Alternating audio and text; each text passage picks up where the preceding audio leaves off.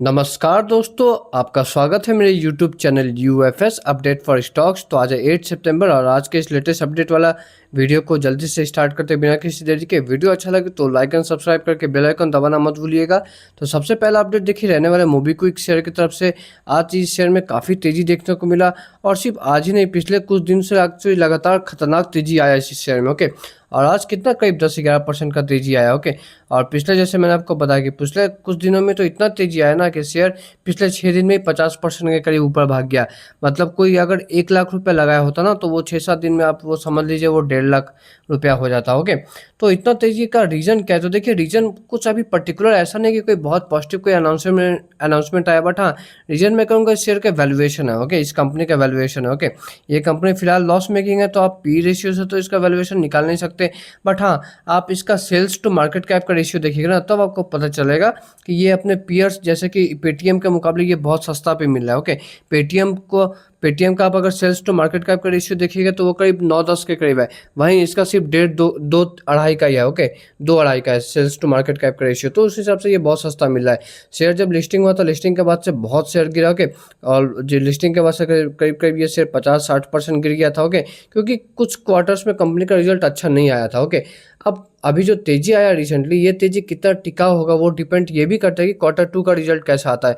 अगर रिजल्ट अच्छा आ गया तब कंपनी को देखिएगा वो एकदम उड़ते हुए शेयर ऊपर की ओर भागते जाएगा। ओके, तो देखना बनता है कि अभी Q2 का रिजल्ट अक्टूबर मंथ से स्टार्ट होगा रिजल्ट आना, तो देखना पड़ेगा कैसा आता है रिजल्ट। चलिए आते हैं नेक्स्ट अपडेट पे।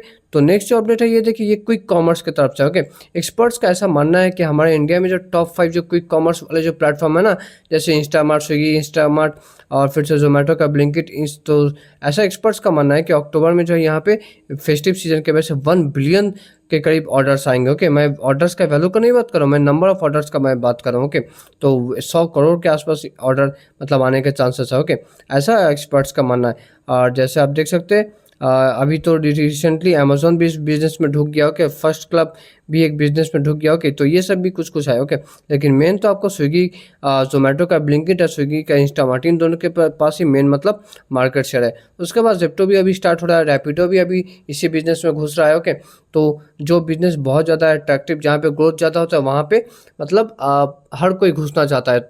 तो ये तो एक खैर नेचुरल चीज़ है, बट हाँ, इस सेक्टर से रिलेटेड अगर लिस्टेड अगर शेयर अभी तो बस जोमेटो स्विगी है। ओके, आगे आने वाले टाइम में भी जेप्टो भी लिस्ट होगा। ओके, चलिए आते हैं नेक्स्ट। एक सोलर सेक्टर से रिलेटेड कंपनी से एक पॉजिटिव न्यूज़ है और ये कंपनी का लिस्टिंग भी रिसेंटली हुआ था। तो आप क्या पहचान पाए? अगर मेरे बोलने से पहले आप अगर पहचान गए होंगे तो बहुत अच्छा बात है। ओके, तो खैर जो भी हो, ये कंपनी देखिए आज 8-10% का तेज़ी देखने को मिला। क्यों? क्योंकि इन्हें लार्सन टुब्रो की तरफ से ऑर्डर मिला। ओके, तो मैं कौन सा कंपनी का मैं बात करूँ तो मैं बात करूँ विक्रम सोलर का, जो कि रिसेंटली लिस्ट हुआ था। ओके, तो इन्हें कितना लार्सन टुब्रो की तरफ से 336 मेगावाट का ऑर्डर मिला। ओके, और ये ऑर्डर का जो कंप्लीट करने का टाइमलाइन है वो भी एक बार देख लेते हैं। ओके, तो ये जो ऑर्डर कंप्लीट करने का टाइमलाइन है ये आप देख सकते हैं नवंबर 2025 से मार्च 2026 के बीच, मतलब कोई बहुत लंबा टाइम नहीं है। ओके, इन्हें कम समय में इस ऑर्डर को एग्जीक्यूट करना है। तो इससे क्या होता है कि ऑर्डर का जो वैल्यू है ना वो कंपनी का रेवेन्यू प्रॉफिट्स में दिखता है। ओके, ये एक अच्छा चीज़ है। ओके, चलिए आते हैं नेक्स्ट। एफआईआई डीआई का भी एक बार डेटा देख लेते हैं। तो डेटा वैसा ही है जैसा कि हम एक्सपेक्ट करते हैं। Okay, just minute. हाँ, तो एफआईआई फिर से एक बार अच्छा खासा बिकवाली किया और डीआई जो है मार्केट को सपोर्ट करने की कोशिश की, इसलिए मार्केट जो है थोड़ा सा बस पॉजिटिव नोट पे बंद हुआ। ओके, चलिए आते हैं नेक्स्ट न्यूज़ पे। तो वेदांता, तो यहाँ पे डिविडेंड का जो किंग माना जाता है वेदांता, यहाँ पे आज 2-2.5% का करीब गिरावट देखने को मिला। गिरावट इसलिए ऐसा देखने को मिला क्योंकि अचानक से एक न्यूज़ आया।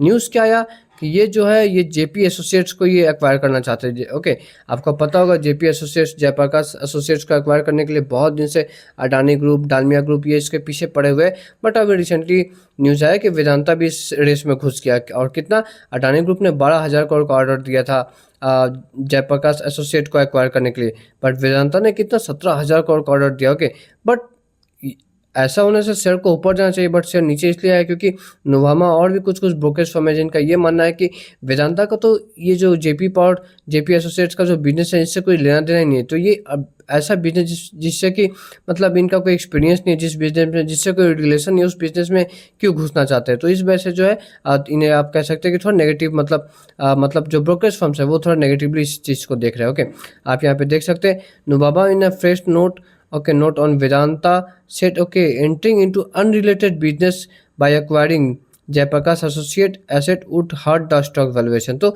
यही कहना है कि आप अगर ऐसा बिजनेस में जाइएगा जिससे कि कोई आपको लेना देना ही नहीं है, तो फिर आपका वैल्यूएशंस को मतलब तकलीफ होगा, बस के शेयर में गिरावट होगा। ओके, उसके बाद आईसीआईसीआई सिक्योरिटीज ने क्या कहा आप देख सकते हैं। Okay, wave of asset Vedanta Jaiprakash associate bit a cart before horse. ये जो चीज़ है ना, देखिए, अ कार्ट बिफोर हॉर्स, इसका मतलब मैं आपको समझा देता हूँ। ये इंग्लिश का एक ईडियम है, मतलब मुहावरा है। इसका मतलब किसी काम को गलत तरीके से करना। तो वही बात है कि वेदांता का तो ये बिजनेस है ही नहीं जो कि जेपी एसोसिएट्स का बिजनेस है। तो ऐसे बिजनेस में जाना जो कि जिससे कि आपको कोई रिलेशन ही नहीं हो, तो ये मतलब वही हो गया कि मतलब गलत तरीके से कोई काम करना। अब नेक्स्ट आते हैं, चलिए नेक्स्ट न्यूज़ पे। तो नेक्स्ट इन्फोसिस की तरफ से न्यूज़ है। तो यहाँ पे एक बाईपैक का मतलब प्रपोजल होने वाला है 11 सितंबर को। तो ये आईटी सेक्टर तो खैर इस साल बहुत बहुत बहुत मैं बोलूँगा खराब परफॉर्म कर रहा है। ओके, आप अगर ऐसा सोच रहे हैं ना कि निफ्टी 50 क्यों नहीं ऊपर जा रहा है, तो इसका एक रीजन ये निफ्टी आईटी भी है, जिसका कि वेटेज निफ्टी में सेकंड नंबर में सबसे ज़्यादा है। ओके, फर्स्ट तो खैर बैंकिंग सेक्टर्स का है, बट सेकंड नंबर में आईटी सेक्टर का ही सबसे ज़्यादा मतलब वेटेज है निफ्टी में। ओके, तो अगर यही नहीं भागेंगे यहाँ पे, आप एक बार देखिए कि निफ्टी आईटी का शेयर्स कितना कितना गिरा है। ओके, जो सबसे बड़ा शेयर है टीसीएस, वो 32% गिरा है। ओके, तो जब सेक्टर में इतना बड़ा क्रैश है तो खैर निफ्टी कैसे ऊपर जाए। ओके, तो एनीवे न्यूज़ में यहाँ पे कंटिन्यू करते हैं।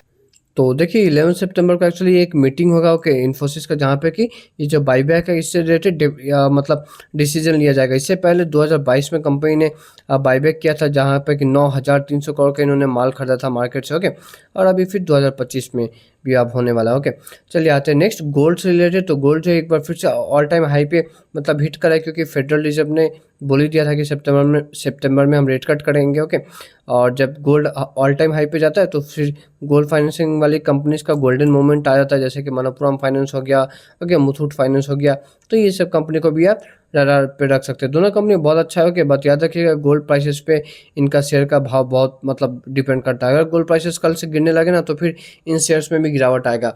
बट मुझे लगता है जब तक डोनाल्ड ट्रंप है ये इतना ड्रामा करेंगे ना कि गोल्ड प्राइसेस मतलब ऊपर भागते ही रहेगा, मुझे ऐसा लगता है। ओके, मतलब कोई बहुत ज़्यादा गिरने का रीज़न अभी तक तो मुझे नहीं दिख रहा है। ओके, तो वही बात है कि जब तक ट्रंप रहेंगे तो मे भी गोल्ड में अच्छा रैली आते रहेगा, और गोल्ड फाइनेंस वाले जो स्टॉक्स है ये भी अच्छा खासा भागते रहेंगे। चलिए आते हैं नेक्स्ट न्यूज़ पे। तो नेक्स्ट न्यूज जो है वो देखिए वो इंडियन डिफेंस सेक्टर से रिलेटेड है। ओके, आज डिफेंस सेक्टर के कुछ शेयर्स में अच्छा खासा तेजी देखने को मिला। क्यों? क्योंकि डिफेंस मिनिस्ट्री ने जो 15 साल का रोड मैप दे दिया। ओके, 15 साल का रोड मैप मतलब क्या, मतलब इन शॉर्ट मैं बोलूँगा एक छोटा सा विजन दे दिया कि नेक्स्ट 15 साल में हम कितना एडवांस, कितना चीज़ एक्वायर करने वाले हैं, कितना एडवांस टेक्नोलॉजी पे फोकस करेंगे, ये सब। ओके, आप देख सकते हैं ये जो 15 साल का जो रोड मैप जो है वो boosted. Okay, boosted investors confidence lifting defence stocks by 11%। Okay, अब यहाँ पे क्या क्या चीज़, यहाँ पे जो 15 साल का जो रोड मैप दिया गया इसमें मतलब ये भी मेंशन किया गया कि लार्ज स्केल मिलिट्री एक्विजिशन, मतलब जो डिफेंस सेक्टर है, ओके, इंडिया का जो डिफेंस फोर्सेस है वो बहुत ज़्यादा, ओके, मिलिट्री का जो इक्विपमेंट्स होता है ये एक्वायर करेंगे। ओके, और कहाँ से एक्वायर करेंगी? ऑब्वियसली हमारे खुद के इंडियन कंपनी से। ओके, चलिए आते अच्छा, ये तो वही है। अब किस किस चीज़ पे फोकस आएगा एक बार ये भी देख लेते हैं। ओके, सरकार का ये जो 15 साल का रोड मैप है इस पे न्यूक्लियर प्रोपल्शन पे फोकस आएगा। ओके, नेक्स्ट जनरेशन टैंक्स पे, okay, stealth unmanned combat aerial vehicles, okay, hypersonic missiles, laser based weapon. तो ये सब कुछ कुछ मतलब टाइप के टेक्नोलॉजी है जहाँ पे कि सरकार बहुत ज़्यादा फोकस करेगी। ओके, तो इस वीडियो में इतना ही दोस्तों। वीडियो अच्छा लगा होगा तो लाइक एंड सब्सक्राइब करके बेल आइकन दबाना मत भूलिएगा। मिलते हैं नेक्स्ट वीडियो में।